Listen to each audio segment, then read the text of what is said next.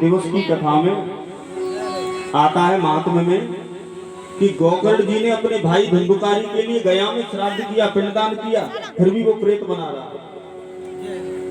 भागवत की कथा से उसका उद्धार हुआ। गया में यदि श्राद्ध करने से मुक्ति मिलती तो धुंधुकारी को क्यों नहीं मिली? हमें ये सोचना चाहिए। हम एक बार गया की घूमे आए, पितरों को भूल गए। अरे गया करो, अच्छी बात है, लेकिन किसी को एक दिन भोजन करा दोगे तो क्या बिगड़ जाएगा? एक साल में एक बार अपने पितरों को 15 दिन जल पिला दोगे पितृ पक्ष में, तो क्या जाएगा तुम्हारा? कुशा ले आओ, स्नान करो, तभी जल पिला दो पितरों को। जिसके घर में पितृ संतुष्ट रहते हैं, जिसके पूर्वज संतुष्ट रहते हैं, उसके घर की वंश वृद्धि नहीं रुकती कभी। उसके घर में पितृदोष नहीं लगता। पितृदोष कोई अलग से नहीं होता।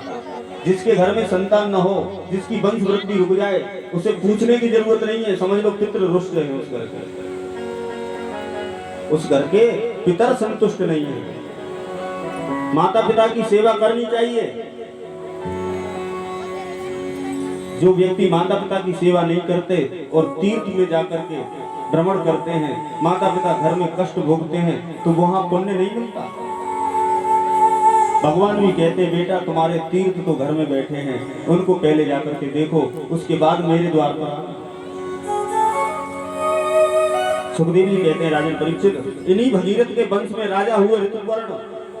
ऋतुपर्ण के सौदास हुए, सौदास के अस्मक, अस्मक के नारी कवच, नारी कवच के खटवांग, खटवांग के दिलीप, और दिलीप के हुए रघु।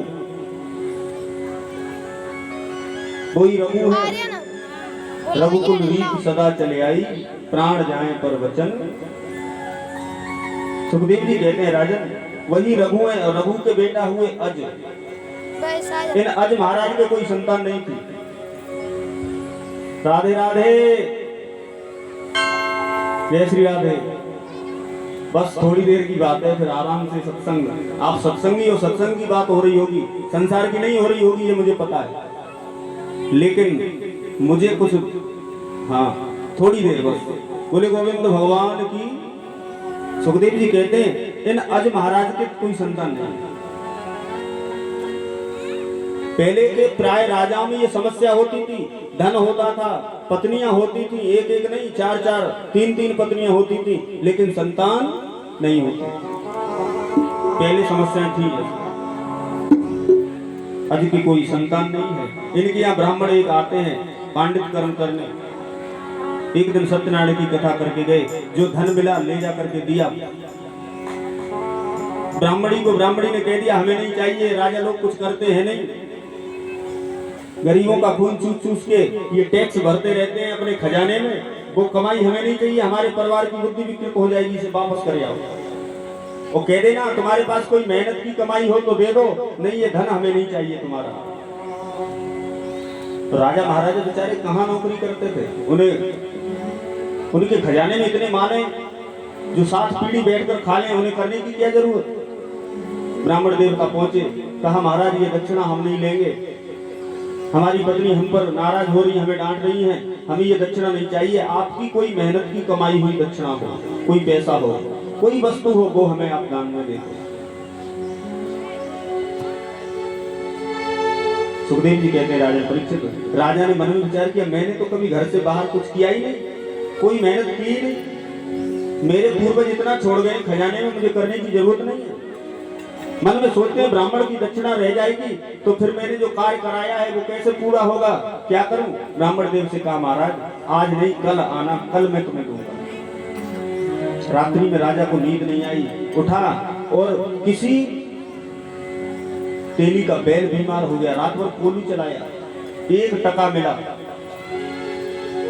वस्त्र बदल के गया, भेष फटे पुराने कपड़े पहनकर, कोई पहचान न ले, रात्रि भर कोलू चलाया, 4 बजे ही आ गया घर में। सुबह पंडित जी आए, पंडित जी को वो रुपया दे दिया, तो लेकर ये है मेरे मेहनत की कमाई।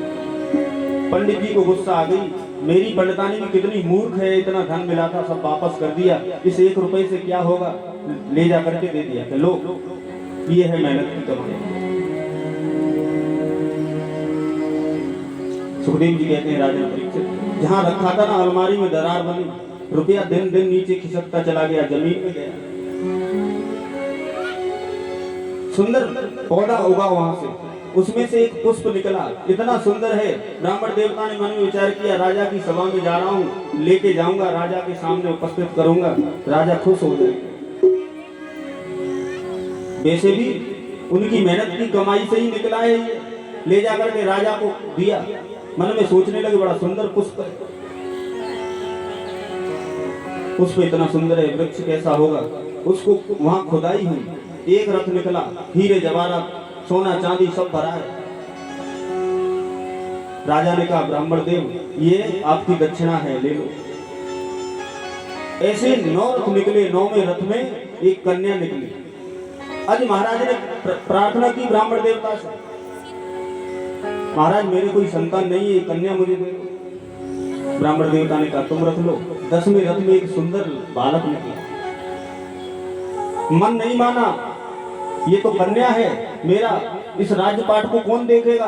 फिर चरण पकड़ लिए ब्राह्मण देवता के, महाराज ये तो तुम्हारी दक्षिणा का ही परिणाम है, लेकिन मैं आपसे भीख में लेता हूँ, ये पुत्र भी मुझे दे दो, इससे मेरा वंश आगे चलेगा।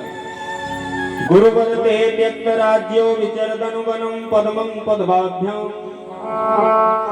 पाणेश्वर सक्षमाभ्यां मृगपथरुजो योरे हरिजानयाभ्यां। निवेदन किया, महाराज इस पुत्र को भी दे दो। पुत्र दे दिया, 10वें रथ में निकला ना, इसलिए उसका नाम दशरथ हो गया।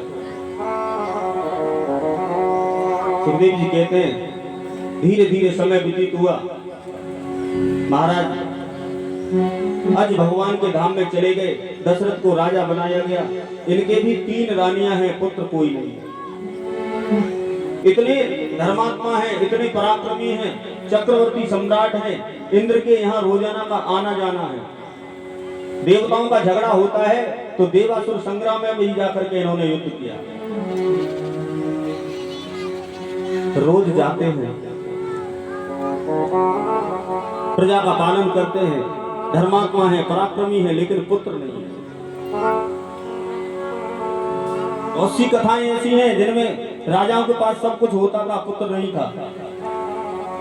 सुखदेव भगवान कहते हैं राजा दशरथ को कभी मन में विचार नहीं आया, भगवान का भजन करते हैं, जीवन यापन करते हैं, परमात्मा जो करेंगे अच्छा करेंगे। लेकिन देवर्षि नारद ने मन में